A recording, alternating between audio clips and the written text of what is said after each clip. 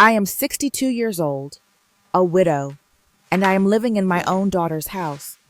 Not because I don't have money, not because I have nowhere else to go, but because she said, "Come live with us, Mom.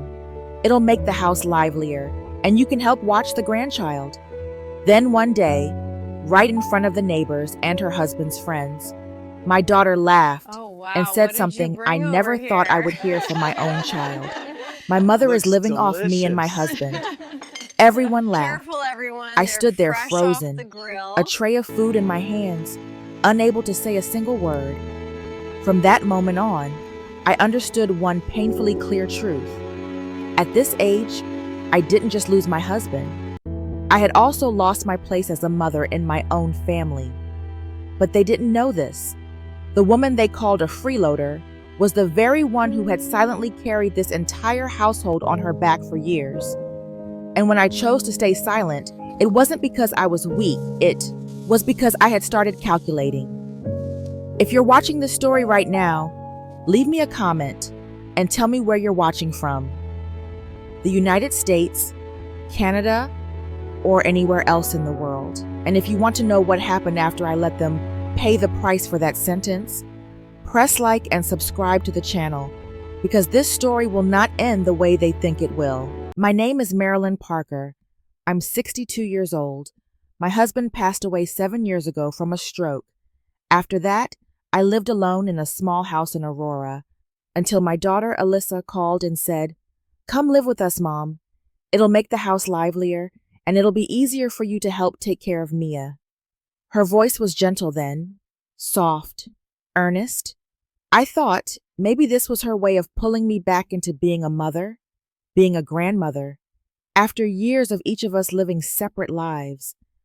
I sold my house, packed my belongings into a few cardboard boxes, and moved to Naperville to live with Alyssa and her husband, Ethan. At first, everything looked fine. I woke up early every morning to prepare breakfast for Mia before school. I drove her to and from class, cooked meals, grocery shopped, cleaned the house. I didn't sit in front of the TV all day. I didn't lie around in my room like a useless old woman. I even used my own savings to quietly cover small expenses, cold medicine for Mia, school supplies, sometimes groceries when Alyssa said, "This month is a little tight." No one asked me to, and no one ever thanked me. I began to notice the change in Alyssa, but it didn't happen overnight. It came slowly, subtly, like how people get used to flipping on a light switch, then forget who pays the electric bill. Alyssa's friends started coming over more often. They talked about buying houses, upgrading cars, getting promotions. They complimented Alyssa on moving up in life, and Ethan had just gotten a promotion at a logistics company in Chicago. From that point on, the way Ethan looked at me changed. He spoke less, greeted me less. He wasn't rude. He just didn't see me as someone worth noticing. Gradually, I became part of the house, like the refrigerator. It's there, so you use it.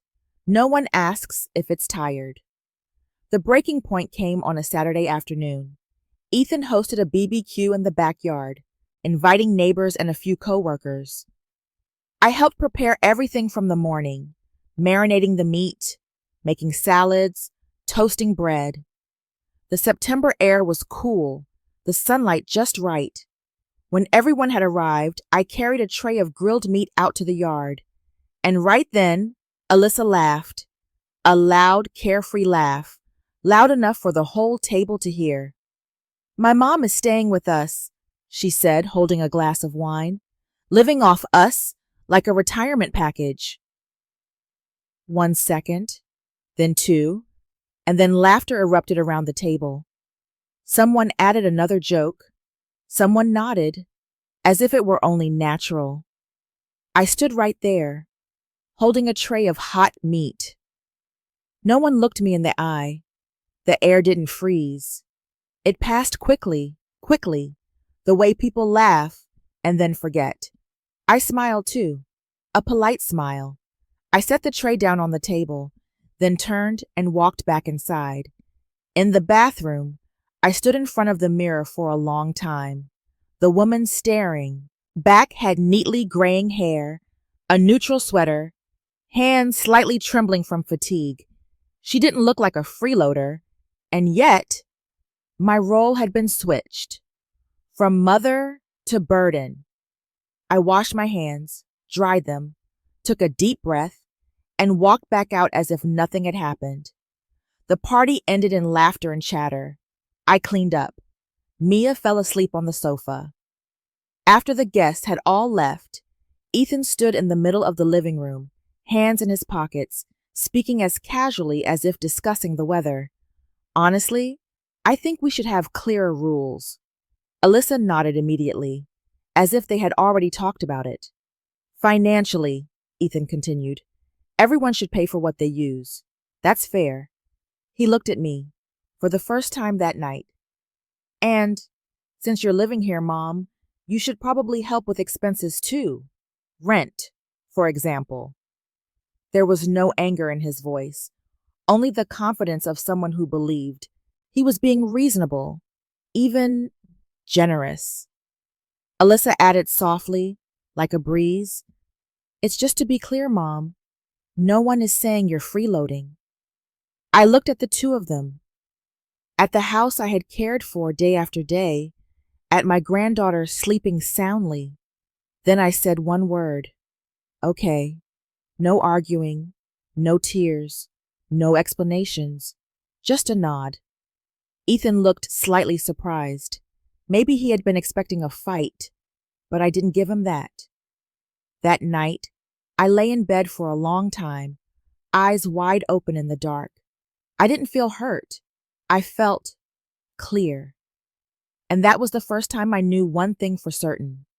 When people call you a freeloader, the best response is to let them discover for themselves just how wrong they are. That night, after I said okay, the house sank into a very strange kind of silence. Not the silence of peace, but the kind that settles in when everyone believes they've just won. Ethan went to bed early. Alyssa went upstairs and closed her door a little harder than usual. I lay in the small room at the end of the hallway, staring at the ceiling for a long time. I didn't cry. I wasn't angry either. What slowly rose in my chest was something else entirely. Clarity. The next morning, I pulled a dark blue, hard-covered notebook out of my suitcase, the same notebook I'd carried with me back when I worked part-time at a library. I placed it on the dining table, right next to my coffee cup. On the first page, I wrote the date. Then I started writing. Hours spent driving Mia to and from school. Hours watching her when Alyssa worked late. Evenings when Ethan was in meetings. And I cooked dinner for everyone. I wrote like an accountant. No emotion, no judgment, just facts. I went through old drawers, receipts neatly clipped inside envelopes, text messages Alyssa had sent. Mom, can you cover Mia's medicine this time? I'll pay you back at the end of the month. That end of the month never came. I began to see the numbers. Cold medicine, allergy pills for Mia, school supplies at the start of the year, a new pair of sneakers because the old ones didn't fit the dress code. Then the larger expenses. One afternoon, while sorting through a box under the printer, I found a thick stack of papers. Roof repair invoices. I remembered that day clearly. Ethan had stood in the yard, looking up at the roof, sighing. I'm tight on money this month. Maybe, Mom, you could cover it for now? I'll pay you back. I had nodded, without thinking. That money never returned. I wrote it all down. Each line of ink was like a brick, stacked one on top of another, quietly, heavier, each time. The twist came on a rainy afternoon. Ethan had printed some documents and forgotten to pick them up. The printer made a soft beep. I walked over, meaning to set the stack aside, and that's when I saw the email. Not something I stumbled across by accident. It was right there, staring up at me from the page. Ethan had written to a coworker, Living with my mother-in-law isn't that bad. Free childcare plus free housekeeping helps a lot. I read it twice. Not a joke, not said in anger, written words, intentional, with a plus sign in the middle. I folded the paper carefully, slipped it into a folder. My hands didn't shake. My throat didn't tighten. It was simply the last piece falling perfectly into place. That evening, I began practicing fairness. I took a roll of masking tape and ran a straight line down the middle of the refrigerator. Left side, Marilyn and Maya. Right side, Alyssa and Ethan. Alyssa walked into the kitchen and froze. "What are you doing, Mom?" "Separating things clearly," I said evenly. "For fairness." From that day on, I cooked only for myself and Mia when I was watching her. I didn't touch Alyssa and Ethan's food anymore. The first night, Alyssa stood in front of the stove for a long time. "There's nothing for us?" "There is." I pointed to the right side of the fridge. "Over there." Ethan began noticing the small things. His shirts were no longer washed with the rest. His towels no longer magically appeared clean and folded. Dinner was no longer waiting on the table. I did everything slowly, properly. No one could accuse me of cruelty. And then came the pressure. Alyssa called me into the living room, irritation sharp in her voice. "You've been really cold lately." Ethan stood beside her, arms crossed. "It feels like you're being passive-aggressive." I looked straight at both of them. "You wanted things to be clearly divided," I said, each word deliberate. "I'm dividing them clearly." No one answered, not because they understood, but because they weren't used to me no longer serving by default. That night, after everyone had gone to sleep, I drove to a nearby bank. A small branch, warm yellow lights. I opened a separate account, signed my name, received my rental. The feeling was strange, as if after years of sitting still, I had finally stood up from my chair. Back home, I opened the last drawer of my dresser, took out my old will, the one I'd written after my husband died and never updated. I revised it, not because I feared death, but because for the first time I was thinking of myself first. I placed the blue notebook into the drawer, locked it. In the darkness, I smiled faintly, not a smile of revenge, but the smile of someone who had finally seen the truth clearly. And I knew this was only the beginning. After I opened my own account and locked the blue notebook away, a strange atmosphere settled over the house. No one mentioned money anymore, but everyone was thinking about it. Ethan started looking at me a little longer than before. Alyssa sighed more often, as if I had done something excessive, even though I was only doing exactly what they had asked for.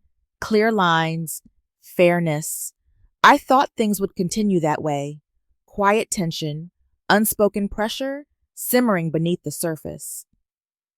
Until that night, Ethan had a dinner with an important client in downtown Naperville, a major contract according to him. Alyssa put on a new dress, stood in front of the mirror fixing her hair while I was helping Mia with her homework. "Mom," Alyssa called out, "can you watch Mia tonight? We're going out to dinner with a client." I nodded. Nothing new. But as it got closer to time to leave, Ethan came back into the living room, glanced at his watch, and said casually, "Orthosom, you could just come with us. Easier to keep an eye on the kid."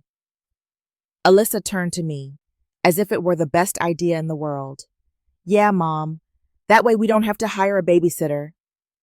No one asked if I wanted to go. They simply decided. The restaurant was downtown, warm yellow lighting, dark wooden tables. Mia and I were seated at a table off to the side, against the wall, far from Ethan's main table with the client. I wasn't surprised. I was used to that position. Mia sat quietly, looking at the picture-filled menu. I ordered her a simple pasta, and for myself, a small salad. The server nodded and wrote it down. And right then, Ethan laughed. Not at me, at the client. "Oh, don't worry about her. Ethan said, half joking, half serious, loud enough for the table to hear. She's not paying. She lives off us. A light chuckle came from the client's side. No one objected. No one corrected him. Alyssa lowered her head and took a sip of water. She didn't look at me. In that moment, I saw very clearly where I stood, not inside a family, but inside a social performance where I was nothing more than a prop. I took a breath. Then I called the server over. "Excuse me," I said softly. "Please split the bill, mine and my granddaughter's separately." The server hesitated, glanced at Ethan. Ethan raised his eyebrows. "That's not necessary," he said quickly. "Just put it together."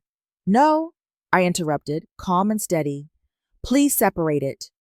I took my card out of my wallet, placed it on the table, gently but unmistakably. The server nodded and walked away. The atmosphere shifted. No one laughed anymore. A few minutes later, the server returned with the receipt. "Mrs. Parker?" She looked at me and smiled politely. "Your card is a trust account?" That word, trust, dropped onto the table like a pebble into a glass. Ethan froze. Alyssa looked up, saw it, very clearly. "It's just a savings account," I said immediately, my tone unchanged. "Nothing special." The server nodded and asked for my signature, but I knew, inside Ethan's head, everything had just exploded. She has money? How much? From where? Those questions were written all over his face, no matter how hard he tried to hide them. I signed, pushed the receipt back, didn't say another word. For the rest of the meal, Ethan spoke very little. Alyssa, too. The client remained polite, but it was obvious he sensed something was off. On the drive home, no one spoke until Mia fell asleep in the back seat. Alyssa turned to me, her voice sharp and low. "You embarrassed us." I looked straight at my daughter. Didn't avoid it. Didn't soften. "You humiliated me first," I said slowly. "Tonight, I just stopped allowing others to humiliate me." Ethan said nothing. He only tightened his grip on the steering wheel. Street lights slid by right side by his head, past the windows in long streaks of light. I sat upright, staring straight ahead, not winning, but no longer losing, and I knew from that moment on, they would never look at me the same way again. After the dinner in downtown Naperville, the house grew heavy in a strange, suffocating way. No one mentioned what happened at the restaurant, but every glance, every movement carried its echo. Ethan started avoiding my eyes.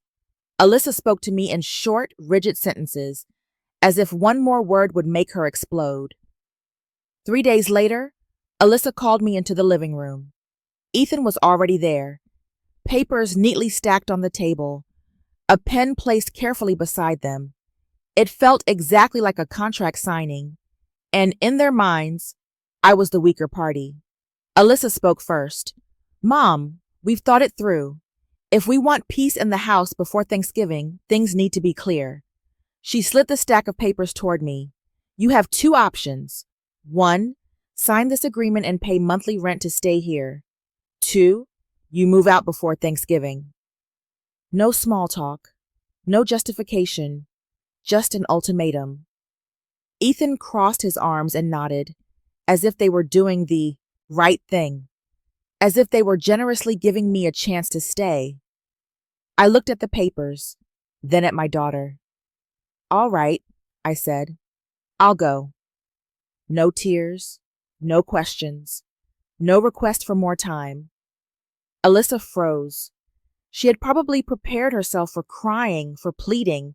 I gave her none of it. "But," I continued, "before I leave, I want a family meeting." Ethan raised an eyebrow. "A family meeting?" "Yes," I said, "with your parents and Alyssa's aunt." No one spoke for a few seconds.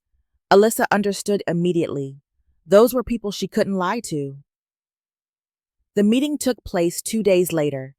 Ethan's parents drove in from Indiana. My sister, Aunt Linda, came from Milwaukee. The living room was full. The air was tight as a drawn wire. I placed a thick folder on the table. No one knew what was inside except me. "I'll speak first," I began, my voice slow and steady. "I'm not here to argue. I just want the truth to be spoken in the right place." I opened the folder. The first page was a summary of expenses from the past 2 years. Clear numbers, no highlighting, no exaggeration. Mia's medication, school supplies, roof repairs, groceries during the months Alyssa said things were tight. I didn't look at Ethan.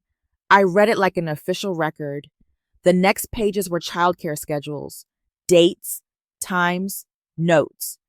"These are the hours I watched Mia while Alyssa and Ethan were at work," I said. "No pay, no contract." I turned the page again. Text messages. Alyssa lowered her head as her own words played from my phone. "Mom, can you put this loan under your name? Our credit score isn't good right now." Then I placed the final document on the table. "And this," I said, "is a loan agreement." Ethan jerked his head up. $18,000, I continued, "that you signed for when you borrowed money from me to upgrade your car, to match your position." The living room went dead silent. Ethan's mother covered her mouth. His father clenched his fists. Ethan's face drained of color. Alyssa looked frozen in place. I closed the folder. "I don't need anyone's pity," I said, looking around the room. "I only need the truth to stand where it belongs. No raised voice, no accusation, just facts." Ethan's father broke the silence. "Ethan," he said, low and heavy, "apologize." Ethan opened his mouth, closed it, then said, barely audible, I'm sorry."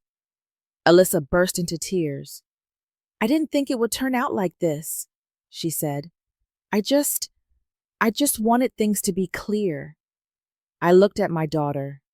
"Clear," I said, "is when you know exactly where you stand." I stood up. "I'm still leaving," I continued, "not because I'm being pushed out, but because I choose to go." I turned to Alyssa. "And from now on, if I watch Mia, there will be clear hours and clear terms. No more mom does it for family, only to be called a freeloader later." No one objected. No one dared. I picked up my bag and walked back toward my room. Back straight. Steps steady. For the first time in many years, I didn't feel like I was walking away in defeat. I moved out on a cold morning in early December. No drama, no tears, just a few boxes, a suitcase of clothes, and a strange feeling. Lightness. My new apartment was near the public library. Not big, but bright. The windows faced a row of maple trees, bare in winter, but peaceful. I chose this place myself. No one allowed it. No one granted it. Each morning, I walked around the neighborhood. I stopped by the library and joined a book club for seniors. For the first time in years, I didn't have to explain why I had free time or prove that I was useful. My old age, it turned out, wasn't a burden at all. It had simply been placed in the wrong hands. As for Alyssa and Ethan, they felt it quickly. Daycare for Mia got more expensive. Late nights came home to no meal waiting. The house grew messy because everyone assumed the work would somehow take care of itself. Alyssa called me a few times. At first, just to complain. Then, silence. I didn't ask questions. I didn't lecture. I had already said it. I was no longer invisible infrastructure. The following June, Mia's school held a family appreciation night. Alyssa texted to ask if I could come. "Depends," I replied. "If you want me there." I went. I sat in the middle row, not close to Alyssa, not avoiding Ethan. Mia walked onto the stage, holding a small microphone, her legs trembling slightly. "I want to thank," she hesitated, then said clearly, I want to thank my Grandma Marilyn for taking care of me every day." The entire hall applauded. Not polite applause, real applause. I stayed seated, didn't stand, didn't bow. I simply smiled. I saw Alyssa blush. Ethan stared at the floor, as if for the first time in his life he didn't know where he belonged. That was the satisfaction.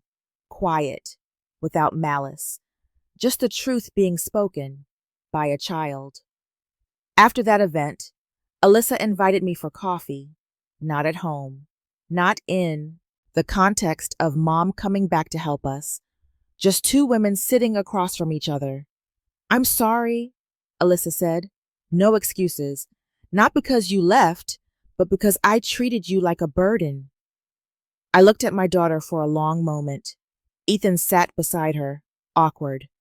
"I'll repay the money I borrowed bit by bit," he said. "And if you're willing to help watch Mia, we'd like to have a clear agreement." No begging, no forced warmth. For the first time, they spoke to me as an equal. I set my coffee cup down.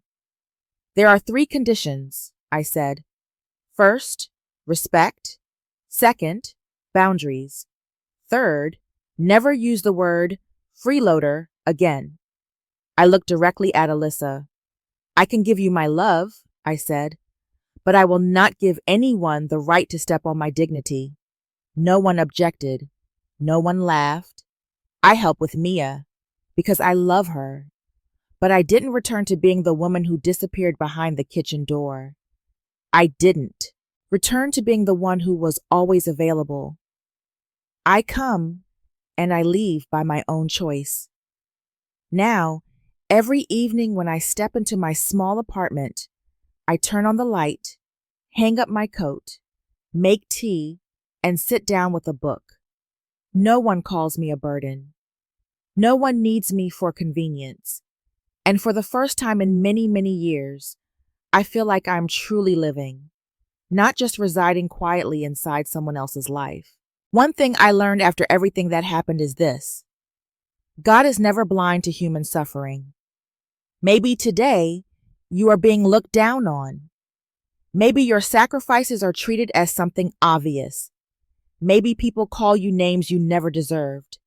But the Bible teaches us the truth will set you free, and God's justice does not arrive with noise. It arrives with perfect timing. I did not seek revenge through bitterness. I simply stepped out of the darkness and allowed the truth to stand in the light. And when that happens, no one can deny it anymore. If you are watching this story and feel that it touches your own life, remember this: God sees you. God knows what you have endured, and your dignity does not live in other people's mouths. It lives in the value God has placed within you. If this story has given you strength, please share it with those who feel lonely or overlooked. Leave a comment so we can pray for one another. And if you wish to, continue hearing stories about justice, truth, and faith. Please subscribe to the channel and walk alongside us. May God bless everyone watching this video. May He heal wounded hearts, grant you peace and courage, and lead you to the place where truth and justice are honored. Amen.